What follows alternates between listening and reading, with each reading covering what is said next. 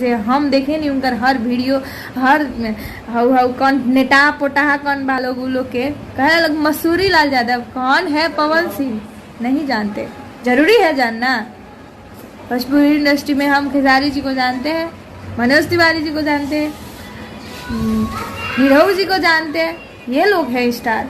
कौन है power star, हम नहीं जानते। सुबह सुबह हमको फ़ोन आयल रहे भोरे भोरे कि रात के हमरा फ़ोन आयल रहे एगो नंबर से, तू एंगे कहबो नु पवन सिंह के बारे में तो तहरा भोजपुरी में काम ना मिली, लागत तक कि लिखवा ले बड़न। रहल बात जगरा काम देवे के बा कोनो मतलब है नहीं है, तहरा से काम करे के बा नहीं खे, जानते नहीं कि वो इंसान से कैसे काम करे हम। रहल हमरा धमकावे के तो हम कोनो होने होने के डराए वाला लड़की ना है, ठीक बा।